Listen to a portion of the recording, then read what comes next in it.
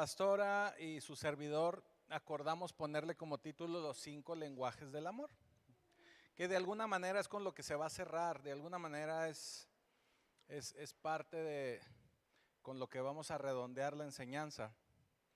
Pero déjeme le digo que las 5 sesiones trae más que nada más el libro, trae mucho más que nada más los 5 lenguajes del amor.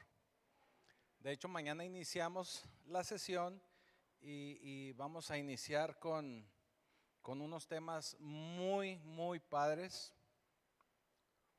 Déjeme le digo, nomás para que se emocione, porque mañana iniciamos. Y para el día de mañana, fíjese, vamos a estar hablando. Ay, se me perdió. Acá estoy.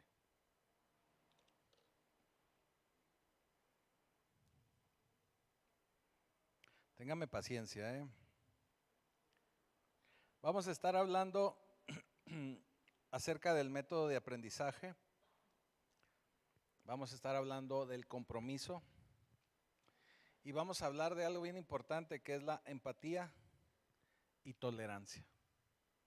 Así que no se lo pierda. Anótese si no se ha anotado. Bueno, les digo los demás. Tienes razón, vamos a ver los demás. Fíjese, no le voy a decir en qué sesión para que no se predisponga y diga, esa sí voy, a esa no voy. Tiene que venir a todas. Sí, tiene que venir a todas. Pero mire, los siguientes temas es la psicodinámica de la pareja, los conflictos del matrimonio, resistencia al cambio en la pareja, cómo superar esa resistencia al cambio.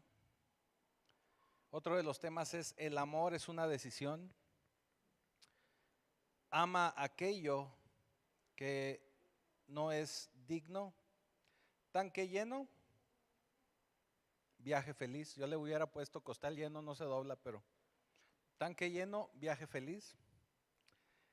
Los 5 lenguajes del amor, obviamente, y entender y definir cuál es su lenguaje del amor. Así que, pues, usted va a llevarse mucho más que únicamente la enseñanza de los 5 lenguajes del amor. Y se lo digo de esta manera porque de alguna forma, pues algunos de ustedes tal vez ya tengan el libro, ya lo habrán leído, pero es mucho más de lo que vamos a estar viendo en estas sesiones. Es mucho más que eso. Y vamos a la palabra.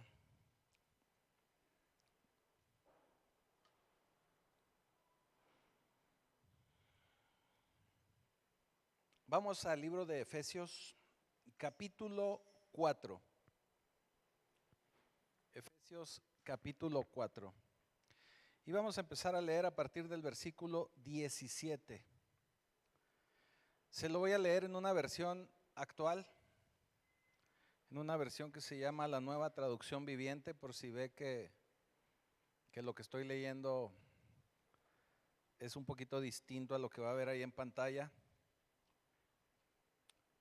Pero en esencia es lo mismo. Y dice así, Efesios 4:17, ahí iniciamos. Con la autoridad del Señor digo lo siguiente, que ya no vivan como los que no conocen a Dios, porque ellos están irremediablemente confundidos. Tienen la mente llena de oscuridad, vagan lejos de la vida de Dios, de la vida que Dios ofrece, porque cerraron la mente y endurecieron el corazón hacia Él. Han perdido la vergüenza, viven para los placeres sensuales y practican con gusto toda clase de impureza. Pero eso no es lo que ustedes aprendieron acerca de Cristo, ya que han oído sobre Jesús y han conocido la verdad que procede de Él.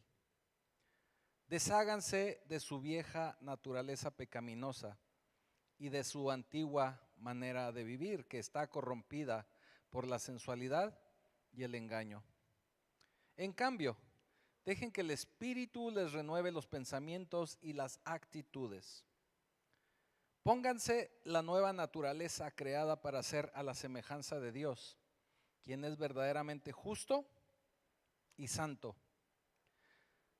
Versículo 25. Así que dejen de decir mentiras. Digamos siempre la verdad a todos, porque nosotros somos miembros de un mismo cuerpo.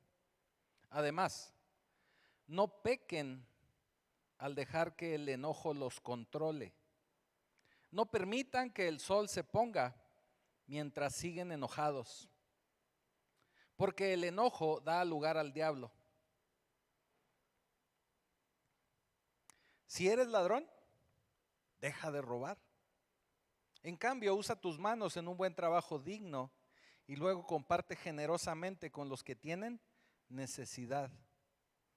No empleen un lenguaje grosero ni ofensivo. Que todo lo que digan sea bueno y útil, a fin de que sus palabras resulten de estímulo para quienes las escuchen, para quienes las oigan. No entristezcan al Espíritu Santo de Dios con la forma en que viven. Recuerden que Él los identificó como suyos y así les ha garantizado que sean salvos el día de la redención. Líbrense de toda amargura, furia, enojo, palabras ásperas, calumnias y toda clase de mala conducta. Por el contrario, sean amables unos con otros, sean de buen corazón y perdónense unos a otros, tal como Dios los ha perdonado a ustedes por medio de Cristo. Bendito Señor, bendito Padre Celestial, te damos gracias por esta porción. Y sabemos, Señor, que tú tienes algo glorioso para cada uno de nosotros. Sabemos que tu palabra no tiene falla. Sabemos que tú quieres mostrarnos la verdad. Y la verdad está en tus escrituras, está en tu palabra. Así que te damos gracias, Señor. Te damos gracias porque vas a dejar esta enseñanza, esta palabra en nuestra mente, en nuestro corazón, en nuestras vidas, para poderla llevar a la práctica y así poder caminar en ti en todo momento, en tu palabra, en tu verdad. Te damos ya gracias, Señor, en el poderoso nombre de Jesucristo. Amén. Y el título para el día de hoy, el mensaje del día de hoy, vamos a ponerle vivir como hijos de luz. Vivir como hijos de luz. Fíjese que hace aproximadamente 3 semanas tuvimos la oportunidad de ir con nuestras coberturas, nuestra cobertura espiritual a la ciudad del Paso. Y ciertamente tuvimos enseñanzas muy bonitas, muy buenas, y los temas que hemos estado tratando estos últimos tiempos, estos últimos meses, están muy relacionados a la familia, están muy relacionados a ser unidos, a ser un solo cuerpo, y también están muy relacionados o hemos visto mucho acerca de la soberanía de Dios. Son los temas que el Señor ha estado trayendo a nuestras vidas recientemente. Pero también otro tema muy importante y otro tema que hemos estado tocando es relacionado con los matrimonios. Y teniendo una plática con uno de estos pastores que nos ayudan a entender las Escrituras, precisamente abordábamos y revisábamos Efesios capítulo 5. Efesios capítulo 5, a partir del versículo 22, nos habla del amor y nos habla de cómo llevar ese amor a la familia, de cómo llevar ese amor al matrimonio. Nos habla precisamente de cómo la mujer tiene que respetar al varón y nos habla cómo el varón tiene que ser proveedor, tiene que ser quien cubra a la mujer, tiene que ser quien la quien la proteja, quien la tenga como vaso frágil.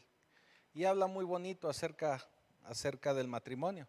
A veces son palabras que no nos gustan, ¿verdad? Porque si andamos un poquito desalineados de esa palabra, pues luego como que nos pega, ¿verdad?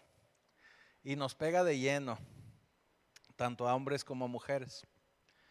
Y estábamos teniendo precisamente una plática casual acerca de Efesios 5 y veíamos la importancia precisamente de este matrimonio o de llevar bien un matrimonio, porque como en lo secular el matrimonio es el inicio o es la base de toda sociedad. Todos los problemas que tenemos en el mundo, todos iniciaron desde la familia. Cuando nosotros empezamos a tener familias deficientes o matrimonios deficientes, empezamos a permear eso hacia nuestros hijos. Eso hace que podamos ser o que alguien pueda ser una familia deficiente. Y si hay varias familias en esa misma condición en una colonia, ¿qué cree que va a pasar? Va a ser una colonia con familias deficientes. Y luego, si hay varias colonias en la misma situación, pues va a ser una ciudad o un municipio deficiente. Y si lo vamos cada vez haciendo más grande, pues nos convertimos en un estado deficiente y en un país deficiente. Eso es parte de la descomposición social que tenemos y lo vemos en el mundo. También el fin de semana tuvimos que estar orando por una persona en el hospital y yo platicaba por ahí con un varón y él secular, o sea, no tratamos temas así específicos de la Biblia, pero este varón se quejaba mucho y él de manera secular, se quejaba mucho de cómo ya no había respeto, de cómo ya la gente ni siquiera saludaba, porque estábamos sentados en la sala de espera del hospital y pasaba la gente así como Pedro por su casa. Y ni siquiera buenas noches, buenos días, nada, ¿verdad?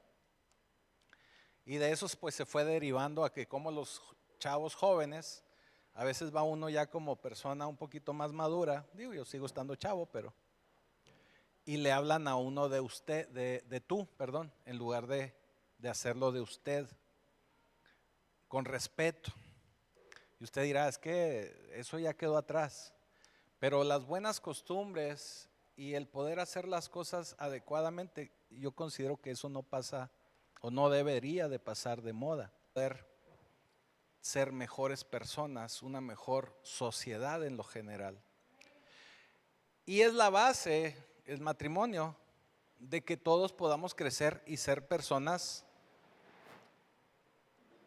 adecuadas, personas que mostremos luz, personas que podamos establecer el reino de Dios en cualquier lugar donde nos plantemos. Y esto que platicaba con este pastor, veíamos que Efesios 5 viene a ser la base, pero también está súper relacionado con Efesios 4. Efesios 4 nos habla de dos situaciones, principalmente este capítulo de Efesios. Y nos habla de cómo se ha dotado a la iglesia para que ésta pueda ser enriquecida. Pero en lo que hoy nos vamos a enfocar, o la lectura que tuvimos de inicio, es cómo tenemos que vivir, o una forma en la que tenemos que vivir para poder ser hijos de luz. Y si somos hijos de luz, estamos hablando de que tenemos que ser personas que establezcan el reino de Dios en cualquier lugar donde nos plantemos. Que podamos verdaderamente mostrar y transmitir esa luz. Mira, es bien triste ver cómo hay mucha gente que se dice cristiano, pero no transmiten verdaderamente esa luz. Ahora, deje usted que sean cristianos, pero inclusive hay gente que se hace pastor o que se dice pastor y tampoco transmiten esa luz. Es todavía más triste. Una situación que ha venido a descomponer todo esto y que ha venido a diluir el evangelio es que durante años se ha enseñado que al recibir a Cristo ya todo está hecho. Ya nos tiramos a la hamaca y oramos y le dice: Señor, transfórmame. Y ahí me quedo, ¿verdad? Señor, hazlo. Si Dios quiere, me va a cambiar. Si Dios quiere, me va a transformar. Si Dios quiere, me va a quitar este vicio. Si Dios quiere, va a dejar que diga yo malas palabras. Si Dios quiere esto, si Dios quiere lo otro. Entonces le estamos dejando, o se le ha dejado a Dios toda la responsabilidad. Y nos hemos convertido en cristianos donde nada más nos gusta que nos muevan las emociones, sentir bonito, pero nuestra vida no cambia. Porque vamos semana tras semana a escuchar un mensaje donde muchas veces son anécdotas del pastor con la cucaracha ninja, cosas de esas. Pero nuestra vida no es transformada. Porque nada más vamos a que nos haga sentir bonito, que nos dé champú de cariño, una palmadita en la espalda. Y como yo ya recibí a Cristo, ya Dios hizo todo. Ya estoy yo del otro lado y no hay nada que hacer. Aquí en esta porción de Efesios 4, Pablo le está escribiendo a la iglesia de Éfeso. Pablo le está escribiendo a cristianos, a gente que ya recibió a Cristo en su vida, a gente que ya dijo: Señor, Cristo, sé mi Señor, sé mi Salvador, te acepto, reconozco que resucitaste, reconozco que estás vivo y te acepto en mi vida. En términos generales es lo que hacemos en la oración de fe. ¿Estamos de acuerdo? Toda esta gente ya conocía del Señor. Y Pablo, como apóstol de la fe, como autoridad, por eso así inicia en el versículo 17, dice: con la autoridad del Señor digo lo siguiente. Ya en mensajes anteriores les he hablado de cómo tener autoridad en Cristo. Tener autoridad en Cristo no quiere decir que yo nada más tengo un nombramiento, que yo ya soy pastor y ya puedo decirle lo que sea a cualquiera. No. Tener autoridad, y de la autoridad que habla Pablo, es tener autoridad espiritual. Es verdaderamente ser reconocido en el cielo. Es verdaderamente establecer reino donde quiera que Él está. Eso es tener autoridad. Les he puesto el ejemplo de que como alguien que se para en la calle y quiera detener un carro, no se va a detener. Pero si usted va reconocido por esa autoridad, uniformado, por lo menos con un silbatito, no se diga ya con una pistola, le apuesto que se van a detener. Porque ya usted es reconocido en esa autoridad. Fíjese lo que le voy a decir. Usted va a tener autoridad cuando usted represente la ley. Usted tiene autoridad por medio de la gracia, pero representando la ley. ¿Sí me estoy explicando? O sea, la ley no ha pasado de moda. La ley no la quitamos. Jesús mismo dijo: yo he venido a cumplir la ley. Y cuando nosotros cumplimos la ley desde la gracia, en el amor de Cristo, nosotros podemos tener autoridad porque somos reconocidos en el cielo. Entonces dice Pablo: con la autoridad del Señor digo lo siguiente: ya no vivan como los que no conocen a Dios. Por eso le está hablando a gente cristiana. Porque ellos están irremediablemente confundidos. ¿Le ha tocado a usted tratar de hablarle a alguien de Cristo? Hay gente que sí acepta cuando está en necesidad, pero hay otra gente que es bien difícil. Mire, en mi poca o mucha experiencia que he tenido de compartirle a la gente de Cristo, ¿sabe cuál es la gente que se complica más para compartirles? La gente que cree que sabe mucho, que se siente intelectual y que le va bien en su trabajo y que dice, no, pues es que yo llevo una buena vida, yo pago mis impuestos, no he matado a nadie, no le he robado a nadie. A esa gente se le complica a uno poderle presentar a Cristo, porque no lo necesitan. Ellos sienten que no lo necesitan. La siguiente persona que se batalla mucho para presentarles a Cristo es a alguien religioso. Póngale el nombre que quiera de la religión que sea. Cuando alguien está muy metido en su doctrina religiosa, vuelvo a decirle, en el nombre que usted le quiera poner, también se batalla mucho. No conocen nada de la Biblia. Usted le puede decir versículos y no se lo sabe. Pero ellos dicen, no, es que el padrecito me dijo, es que el líder aquel me dijo, es que, pues así viven. Y se lo creen y ahí están plantados en eso. Quiere decir que no viven en la verdad. Por eso dice Pablo, están irremediablemente confundidos. En la época de Pablo había mucha gente idólatra que estaban totalmente confundidos. Entonces me puedo imaginar la frustración de Pablo porque mucha gente no quería recibir, no entendía del Cristo, no entendía del Dios de Pablo, de nuestro Dios. Dice el versículo 18, tienen la mente llena de oscuridad. Vagan lejos de la vida que Dios ofrece. ¿Cuánta gente conocemos así?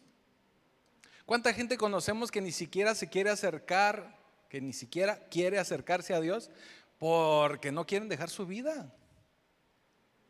Porque el acercarse a Dios representa responsabilidad y el querer hacer las cosas de una manera distinta. No lo quieren hacer. Y dice, vagan lejos de la vida que Dios ofrece, porque cerraron su mente y endurecieron el corazón hacia Dios, hacia Él. Y luego termina diciendo, han perdido la vergüenza. Viven para los placeres sensuales y practican con gusto toda clase de impureza. ¿Cuánta gente conocemos que así vive su vida? Y luego dice el versículo 20, ojo, pero eso no es lo que ustedes aprendieron acerca de Cristo. Ahí ya le está hablando a la iglesia, ¿verdad? Digo, desde el inicio le habla a la iglesia, pero se refería ahorita a esa gente que no ha recibido del Señor. Pero eso no es lo que ustedes aprendieron acerca de Cristo, ya que han oído sobre Jesús y han conocido la verdad que procede de Él. Ojo, versículo 22. Desháganse de su vieja naturaleza pecaminosa. ¿Esto qué quiere decir? Que aún estando en Cristo, hay mucha gente que vive en su vieja naturaleza pecaminosa. Eso también nos dice que no por haber recibido a Cristo, ya Él ya lo hizo todo y ya me cambió. Aquí lo hemos explicado. Cuando recibimos a Cristo, lo recibimos en el Espíritu. Y por medio de su palabra, por medio de nosotros querer ser transformados, ese Espíritu tiene que ir bombeando vida hacia nuestra mente hasta que nuestra mente empiece a ser transformada, renovada. ¿Cómo? Por medio del arrepentimiento. El arrepentimiento es dejar de hacer lo malo, hacer las cosas de diferente manera. Por eso dice, desháganse de su vieja naturaleza pecaminosa, o sea, dejen de pecar, y de su antigua manera de vivir, que está corrompida por la sensualidad y el engaño. En cambio, deje que el Espíritu les renueve los pensamientos y las actitudes. Póngase la nueva naturaleza creada para ser a la semejanza de Dios, quien es verdaderamente justo y santo. Entonces, aquí nos está hablando Pablo de que dejemos que el Espíritu empiece a trabajar. Pero ¿cómo va a trabajar ese Espíritu si yo mantengo mi vieja naturaleza pecaminosa? No puede entrar, no puede trabajar. Tenemos nosotros que empezar a hacer cosas diferentes, arrepentirnos, empezar a cambiar, dejar nuestra antigua manera de vivir Por eso es cambiar de dirección, arrepentirnos y permitir que el Espíritu empiece a trabajar por medio de que nosotros tengamos una vida nueva, diferente, transformada. Fíjese, le está hablando a la iglesia de Cristo, dice el versículo 25. Así que dejen de decir mentiras. ¿Habrá mentirosos en la iglesia de Cristo? Claro que los hay. Digamos siempre la verdad a todos, porque todos somos miembros de un mismo cuerpo. Eso es parte de tener un cambio. Ahora, la mentira no es nada más que nos inventemos un chisme, o que digamos que yo no fui, o cosas como esas, sino también la mentira es tratar de enseñar algo que no es, torcer la palabra del Señor, acomodarla a nuestro beneficio, no llevar el evangelio como está escrito verdaderamente. También eso es decir mentiras. Mire, vivimos en una época actual donde yo veo muchas, vamos a decirlo positivamente, yo veo muchas verdades a medias. O sea, usted puede ahí darle una repasadita al Facebook, al Instagram, ahora esto que uno se entretiene de repente, hay ratitos viendo reels que le dicen, ¿verdad? Los videitos estos cortos.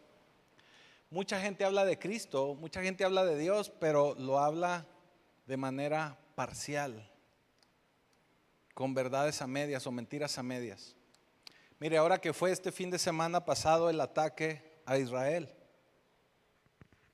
ciertamente es algo que no debería de suceder, ciertamente nos dolemos de esa situación y ciertamente tenemos que estar orando por el pueblo de Israel. Pero yo veía o he visto toda esta semana cómo mucha gente empezó a sacar agua para su molino, a publicar, ¿verdad? Para que la gente lo siga, que esta es la profecía tal, o esto es por aquí, o esto es por allá, o prepárense porque alerta, alerta, alerta. Así porque así hay muchos que ponen sus videos, ¿verdad? Alerta, alerta, alerta. ¿Cuál alerta? O sea, si verdaderamente estamos viviendo una vida en Cristo como debe de ser, eso no nos debe de generar ninguna angustia ni preocupación. Mismo Juan, cuando le es revelado el Apocalipsis, mismo Juan, y eso lo digo constantemente, él mismo le dice al Señor, Señor Jesús, ven ya. O sea, en lugar de asustarnos, deberíamos de estar contentos de que ya venga la venida de nuestro Señor. Ahora déjeme le digo algo que siempre confunde a mucha gente. La tribulación no va a empezar antes del arrebatamiento. Para que empiece la tribulación, primero va a ser el arrebatamiento. Así que si verdaderamente esta guerra es el principio de la tribulación, o ya nos quedamos, o ya nos quedamos, o definitivamente no lo es. ¿Me estoy explicando? Entonces no se alarme, sí hay que orar, sí son síntomas de parto, sí son síntomas de que algo se aproxima, pero no tema. El Señor está con nosotros y si nosotros llevamos una buena vida en el Señor, créame que usted primero se va a ir con Él antes de que usted pueda alcanzar a ver algo de la tribulación. Luego se lo voy a, ya el año pasado les había predicado cuando empezó la guerra de Ucrania, tuvimos un mensaje, yo les di un mensaje acerca de los últimos tiempos y cómo iba a suceder esto. No sé si lo recuerdan, algunos de ustedes estuvieron ahí. Déjenme en estos próximos días lo volvemos a explicar para que usted lo entienda. Pero verdaderamente lo primero que vamos a vivir es el arrebatamiento, antes de cualquier cosa. Cuando sucede el arrebatamiento, los que se van a ir a encontrar con el Señor van a ir en compañía del Espíritu Santo. El Espíritu Santo es el que se está encargando de acomodar todo para que todos los que nos vamos a ir, nos vamos juntos. En el momento que nos vamos todos juntos, que también se va el Espíritu Santo, es cuando se va a desatar Satanás. Ahorita Satanás no puede entrar con toda su furia y todo su poder, porque acuérdese, lo hemos predicado, no puede hacer nada que Dios no le permita. Y el Espíritu Santo ahorita es un freno para que Satanás entre. Entonces, mientras esté con nosotros el Espíritu Santo, no hay aún tribulación. Cuando nos vayamos todos, también el Espíritu Santo va. En ese momento es cuando se desata Satanás y empezaría la tribulación. Así que estos son síntomas, estos son señales, sí, pero no para alarmarnos, es para tener una mejor vida en el Señor, afirmarnos en Él y confiar en Él. Que los tiempos del Señor son perfectos. Así que usted no tema. Usted no diga, mamá, tengo frío hasta que vea los pingüinos. Amén. Así que no se alarme, no se asuste. Y luego sigue diciendo, vámonos más rápido, sigue diciendo, además, no pequen al dejar que el enojo los controle. Este es el clásico versículo que hemos leído en Reina Valera muchísimas veces, que dice, no se ponga el sol sobre vuestro enojo. Dice, no permitan que el sol se ponga mientras siguen enojados, porque el enojo da lugar al diablo. Cuando nosotros nos enojamos, hasta porque se nos mete una persona en el periférico, usted le puede dar lugar al diablo. Si usted se molesta y luego lo persigue y le hace la señal hawaiana y empiezan a pelear, eso ya está usted pecando. Si se le mete y se enoja y hasta ahí se queda y se controla, ya, está bien. Se puede enojar, nos podemos enojar, somos humanos. Nos podemos molestar, pero no debemos actuar en consecuencia, no debemos permitir que el enojo nos domine. Fíjese, si eres ladrón, deja de robar. Se lo está diciendo a la iglesia de Cristo. ¿Habrá ladrones en la iglesia? Deje usted un celular mal acomodado y si aparte si es Apple. Yo sé que hay cristianos muy comprometidos que sí los devuelven, como el hermano Juan. El hermano Juan se encontró un celular y lo devolvió. Ese es un muy buen testimonio. Pero de que hay ladrones, hay ladrones. A veces hasta las Biblias se pierden, hermanos. Mire, nos da risa porque sabemos que es cierto. Y luego dice, en cambio, usa tus manos en un buen trabajo digno y luego comparte generosamente con los que tienen necesidad. Esto apoya lo que hemos predicado muchísimas veces de que el Señor, cuando nos bendice, cuando nos provee, cuando nos da, no es únicamente para nuestro beneficio, para estar acumulando como tinacos, sino para que nosotros también podamos bendecir a alguien más. Simplemente el poder bendecir la casa del Señor, diezmar, ofrendar, es una bendición enorme. Usted no se imagina la bendición que usted va a recibir si usted es fiel haciendo eso. Fíjese, se lo voy a explicar así bien rápido, porque la otra vez me preguntaban, pastor, ¿el diezmo cómo es de lo que yo recibo en mi sobre? Le digo, si nos fuéramos así como debe de ser, usted debería diezmar lo que a usted le pagan antes de impuestos. El impuesto a usted se lo quitan de lo que recibe completo, ¿verdad? Y le quitan el 30 y tantos %, no sé, ya no sé cuánto quitan de impuestos sobre la renta, ¿cierto o no? Sobre eso mismo tendría que ser el diezmo. Y en cambio la mayoría de nosotros, me incluyo, porque yo en algún tiempo así lo hice, diezmamos de lo que recibo líquido. Pero si verdaderamente confiáramos así en el Señor, tendríamos que ser el 10 del, ya no sé cómo es eso, el bruto o el neto, ¿qué es? ¿El bruto? Así tendría que ser. Pero mire, ya con que demos el 10 del neto, de lo líquido que recibimos, ya. Ahora yo le puedo recomendar que si eso hay en su corazón, usted apártelo inmediatamente. Apártelo, que sea lo primero que usted separe.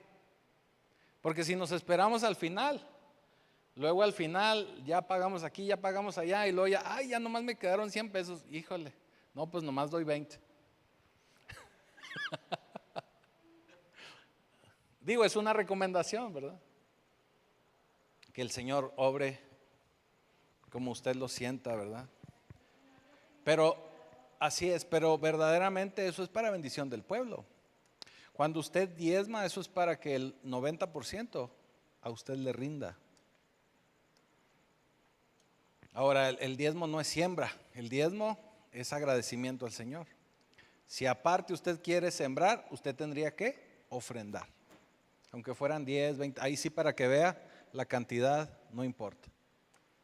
Y de acuerdo a lo que usted siembre, bueno, pues es lo que usted va a recibir de cosecha.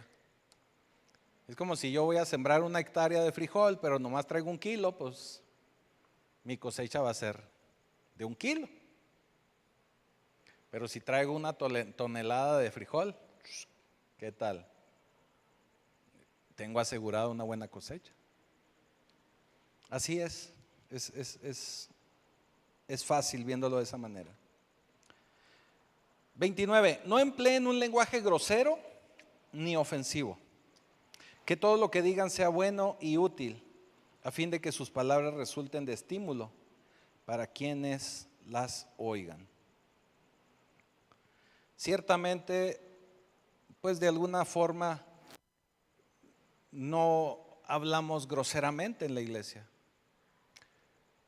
Eso ya usted lo tendría que platicar con el Señor si es que lo hace afuera de la iglesia, porque ahí no nos damos cuenta.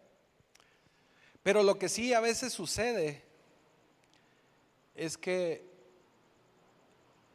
no hablamos a veces con las palabras correctas. A veces podemos no decir malas palabras, pero con el tono, con el golpe, sobre todo los que somos de acá de Chihuahua, los del norte, hablamos golpeado, ¿verdad? Cuando alguien del sur nos escucha hablar, inmediatamente pregunta, ¿que está enojado? Ajá. Digo, para nosotros es normal, pero para la gente que no nos escucha de allá de más al sur, sienten que estamos enojados. Lo mismo nosotros tenemos que tener cuidado de cuando hablamos con algún hermano, hermana, de tratar de no ser o de no hablar golpeado, vaya. De que nuestras palabras sean de estímulo, como dice aquí Pablo, que ayuden, que exhorten, que sean de ánimo para quienes las oigan. Hay mucha gente, y lo voy a decir así, hay mucha gente en el pueblo de Cristo que ustedes los escuchan hablar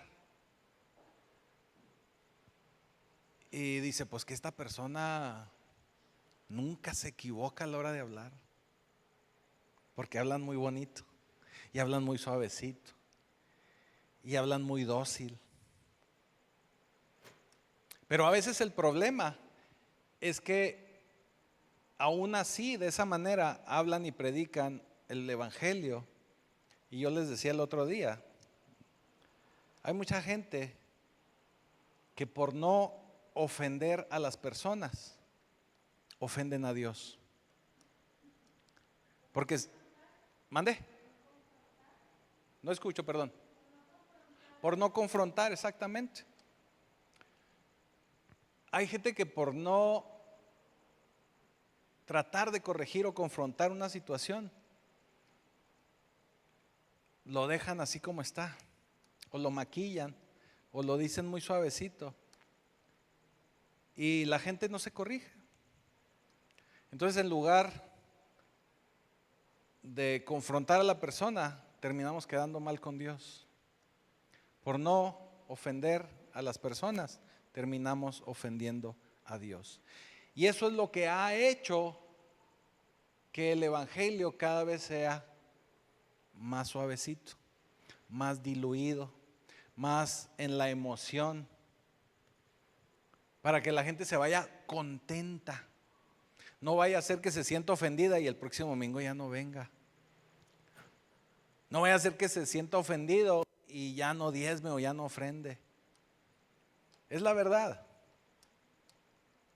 Entonces a veces por no hablar adecuadamente, ciertamente tenemos que hablar con cuidado, tenemos que hablar con exhortación, tenemos que hablar con amor, pero tenemos que también decir las cosas. O sea, no nos podemos quedar sin decir las cosas como deben de ser. Dice el versículo 30, no entristezcan al Espíritu Santo de Dios con la forma en que viven. Le está hablando a la iglesia de Cristo. ¿Alguien cristiano podría vivir de alguna forma que entristezca al Espíritu Santo? Claro que sí, aquí nos está diciendo Pablo. El otro día me preguntaba un joven, no es de aquí de la iglesia, pero me preguntaba, pastor, ¿es pecado ver películas de terror? Así me preguntaba, ¿verdad? Le digo, mira, vamos a hacer algo bien sencillo. Lo que nosotros tendríamos que hacer en nuestra vida en general, es siempre que nos encontremos en una encrucijada de qué hacer o qué no hacer, preguntarnos, ¿qué haría Cristo? ¿O qué haría Jesús? Por lo menos vamos a tener una noción de qué pueda suceder, si es que no tenemos un conocimiento completo de las Escrituras.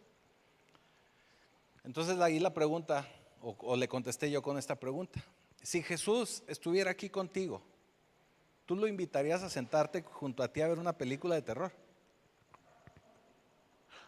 ¿O que se sentara contigo a ver una película de terror? Pues definitivamente no. ¿Sí me estoy explicando? Entonces, definitivamente no.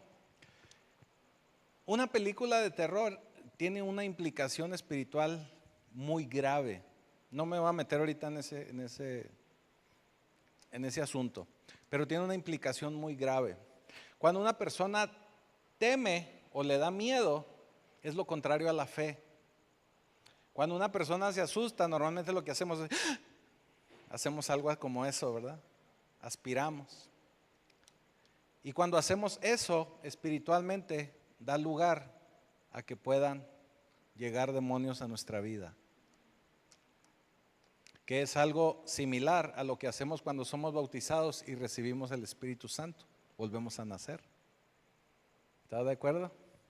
Entonces tiene una implicación muy grave el ver esas películas. Ciertamente vivimos en un tiempo o en unos tiempos donde se ha cauterizado mucho el entendimiento de la gente y vemos una cantidad de basura, de veras, es alarmante. Y voy a sonar a viejito, ¿verdad? Pero es la verdad. O sea, no es como antes. Y el hermano Juan se ríe. Sí, no, o sea, es la verdad. Es la verdad. Y el asunto es que nos vamos cauterizando. ¿Por qué? Porque el pecado y Satanás así es. El pecado y Satanás va llegando suavecito, va llegando despacito. Usted no espere que le vaya a salir el diablo así vestido de rojo y con cuernos. No, no le va a salir así. Al contrario, le va a salir de una manera en que va a ser muy seductor, muy atractivo para lo que sea, ¿verdad? Para el pecado que sea. Acuérdense que Satanás era un ángel hermoso, encargado de la alabanza del cielo. Así que no se lo piense imaginar con cuernos y rojo y cola y un tridente. No. Pero el pecado siempre le va a parecer seductor. A mí me gusta ponerles el ejemplo de una boa. Las boas, usted sabe que son serpientes grandes, fuertes, pero que no tienen veneno. No muerden por ejemplo, como una cascabel.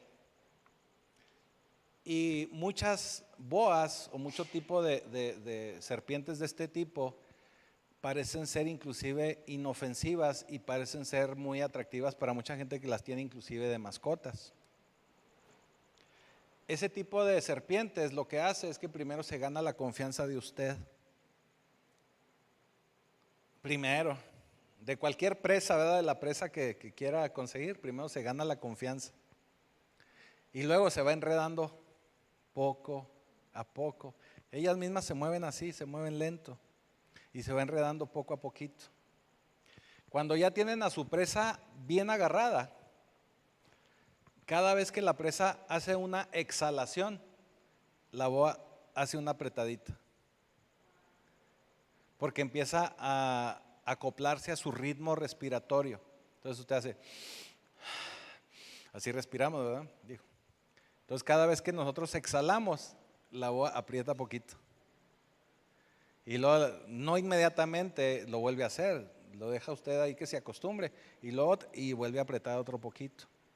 Se puede llevar horas, pero el asunto es que cada vez que va apretando lo va dejando cada vez sin aire, hasta el punto en el que ya lo tiene ahí controlado. Y ya lo tiene controlado, lo asfixia y ¿qué cree que sigue? Se lo va a tragar. Yo escuché el testimonio de una persona que tenía una boa de mascota. No sé qué tipo de boa es, pero la tenía de mascota. Es verídico lo que le voy a platicar. Y esta persona a veces dormía con la boa, o sea, la boa era inofensiva para él. Y la tenía desde que estaba relativamente corta. Esta boa fue creciendo. Ya ve que van creciendo y van cambiando inclusive de piel. Llegó un punto en el que la boa cada vez era más larga.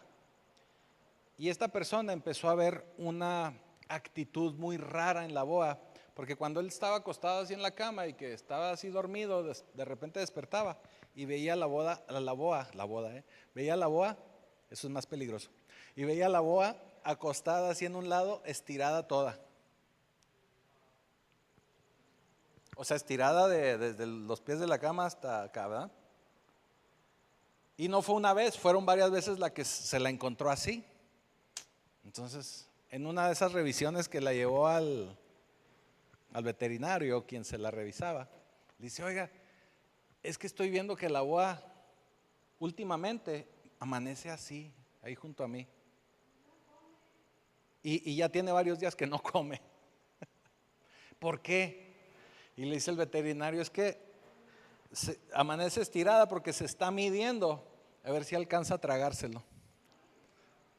A ver si ya tiene el tamaño necesario para podérselo tragar. Entonces por eso le digo, el mal, el pecado, Satanás así es. Primero se va a convertir en su amigo. Primero va a ser algo muy sutil. Primero va a ser algo inofensivo. Primero va a ser algo muy atractivo.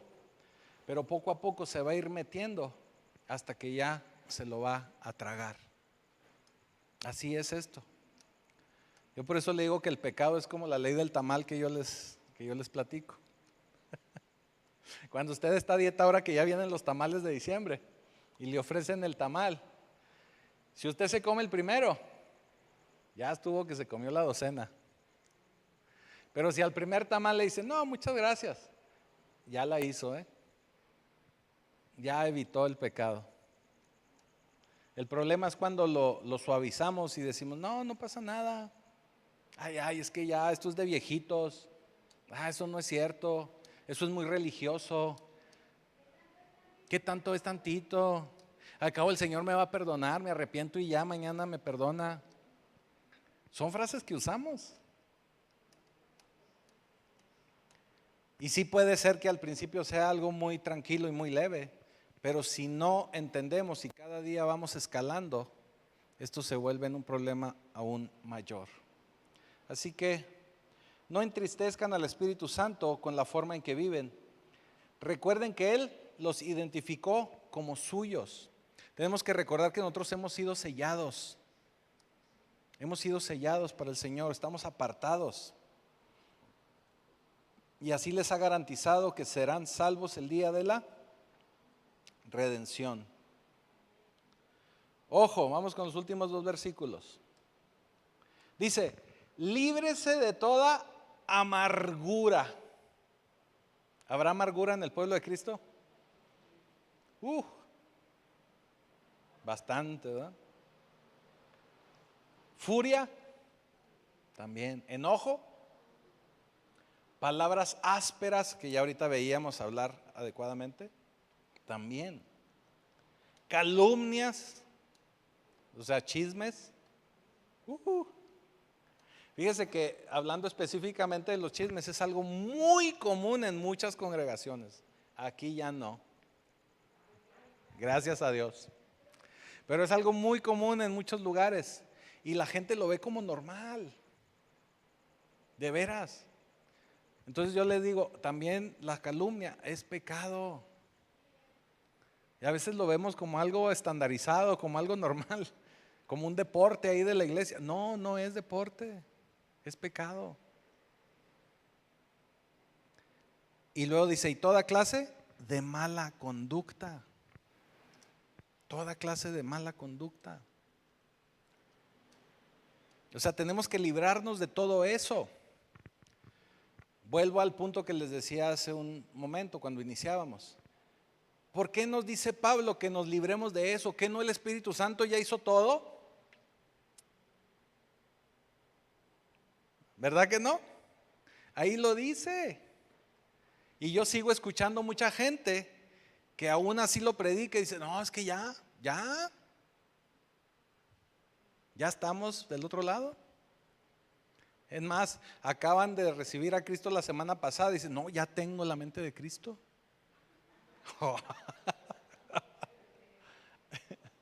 Wow. ¿Sí me estoy explicando?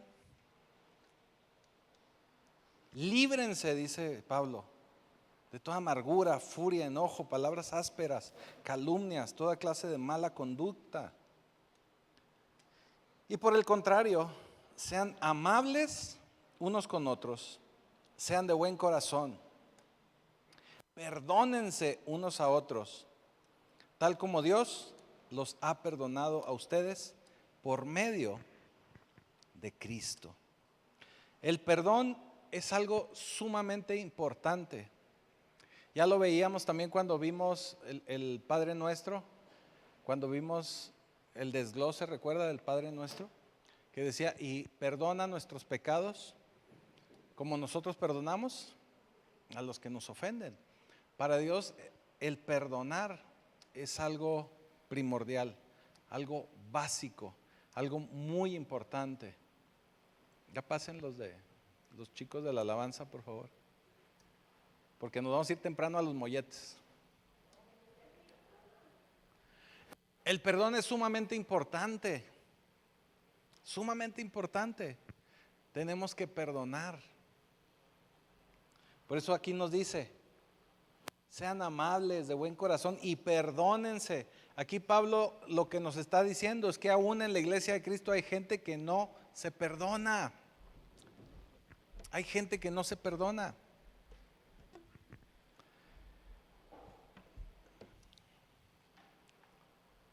Tal como Dios los ha perdonado a ustedes por medio de Cristo. Le iba a platicar algo, pero me detuvo el Espíritu Santo, así que se las debo para otra ocasión. Es muy importante que podamos perdonar. Es muy importante que nos podamos quitar de todas estas cosas que nos habla aquí Pablo. Tenemos que vivir verdaderamente como hijos de luz. Tenemos que vivir verdaderamente como hijos en Cristo. Tenemos que vivir verdaderamente estableciendo reino en cualquier lugar. Que podamos dar testimonio del poder del Señor. Que podamos dar testimonio de su palabra. Que podamos dar testimonio de su poder, de que hemos sido transformados. Es muy triste poder encontrarnos con gente que pensamos a veces que es madura en la fe y nos topamos con cada sorpresa. Y el problema es que nos hemos acostumbrado a tantas cosas y hemos generalizado o hemos estandarizado tantas cosas en el Evangelio que pensamos que es normal, que pensamos que así es, que pensamos que así debe de ser. Y realmente el poder ser hijos de luz, el poder llevar el evangelio, el poder dar testimonio, requiere esfuerzo, requiere trabajo, requiere compromiso. Algo bien importante que nos hemos dado cuenta es que también requiere constancia. Mire, usted sabe, ya tenemos un poquito más del año, fíjese, que la pastora y su servidor empezamos a hacer un poquito de ejercicio. Cuando vamos al gimnasio, cada que estamos ahí haciendo alguna rutina, algún ejercicio, me puedo dar cuenta cómo hay similitud en muchas cosas, porque hay mucha gente que nunca deja de ir al gimnasio. ¿Por qué no deja de ir al gimnasio? Porque tiene un objetivo, porque tiene una meta, porque se ve en el espejo y se quiere ver de determinada forma. A lo mejor se quiere ver como el Schwarzenegger, a lo mejor se quiere ver como, ¿quién más? Pues así con todo, como la roca, como la roca, como la roca. No sé, en las mujeres no me sé nombres así de fisicoculturistas, pero siempre hay un objetivo y no fallan. Y luego se ven en el espejo y dicen, me falta que se me note más aquí. Me falta que se me note más o que se me note menos aquí. Entonces siempre está ahí revisándose al espejo. De repente veo chavos así que acaban de llegar al gimnasio delgaditos y hacen 2 lagartijas y luego ya se están viendo en el espejo. ¿Sí me estoy explicando? Lo mismo pasa en la iglesia. Lo mismo pasa en la iglesia. Hay gente que todavía no tiene la madurez en Cristo y ya quieren salir a predicar, o ya quieren poner iglesia, o ya quieren hacer algo así. También hay mucha gente que está tan metido ahí en la iglesia, sirviendo, trabajando, que terminan sirviendo y trabajando sin Dios. Pues es un objetivo que ellos traen, pero están trabajando y sirviendo sin Dios. Pero algo que también es muy similar en el gimnasio y en la iglesia es que si queremos lograr un objetivo, tenemos que ser constantes. Tenemos que ser constantes. La constancia es lo que va a determinar el éxito de cualquier cosa. Si me quiero ver como Schwarzenegger, no puedo dejar de ir al gimnasio. Si me quiero ver como Jesús, no puedo alejarme de su iglesia. Si me quiero ver como Jesús, no puedo dejar de leer su palabra. Si me quiero ver como Jesús, no puedo dejar de orar, así como Él lo hacía. Y si me quiero ver como Jesús, tengo que ser verdaderamente un hijo de luz. Y eso requiere trabajo, requiere esfuerzo, requiere constancia.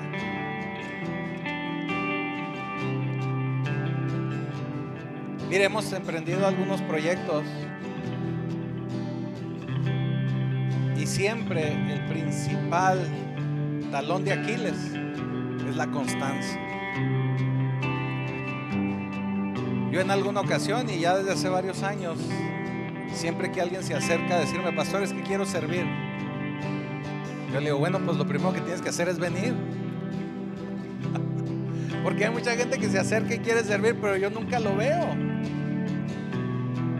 Entonces, ¿cómo le voy a encargar algo si no tengo la seguridad de que vaya a estar o no vaya a estar?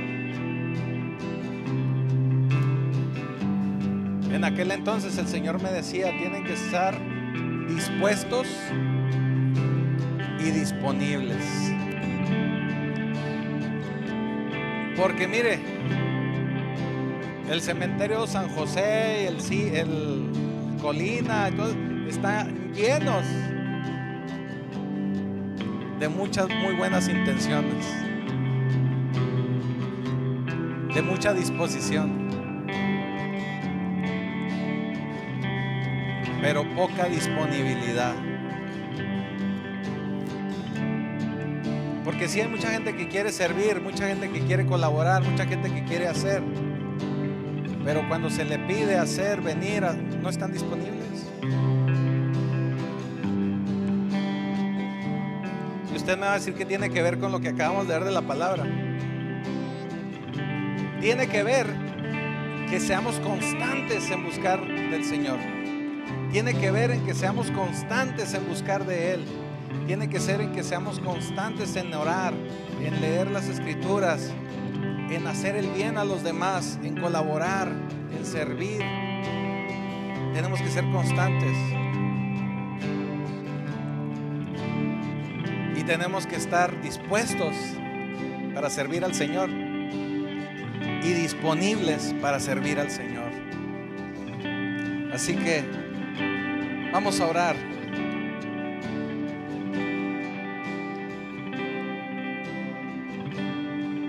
Porque como le decía al inicio, hoy más que una enseñanza era una reflexión.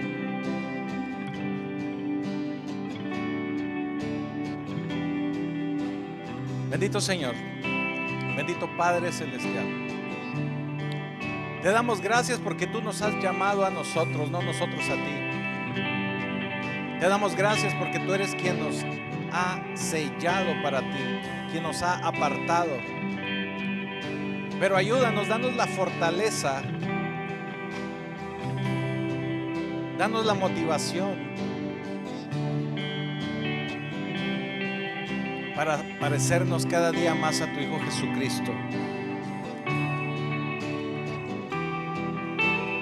Señor, estamos dispuestos a servirte y también estamos disponibles para cualquier momento en que tú nos llames. Queremos pedirte, Señor, por la paz de Israel. Queremos pedirte, Señor, por todos esos inocentes que han caído en manos de malvados. Ten misericordia de ellos, Señor, porque sabemos que tú proteges a tu pueblo, que tú proteges a tus hijos, que tú proteges a ese pueblo que tú escogiste y que aunque han sido rebeldes al no recibir a tu Hijo Jesucristo, aún así tú tienes misericordia de ellos. Te pedimos, Señor, que les ayudes, que los rescates, que los salves del lazo del cazador, que los salves de toda esa gente malvada. Y te damos ya gracias, Señor. Te damos ya gracias en el poderoso nombre de Jesucristo.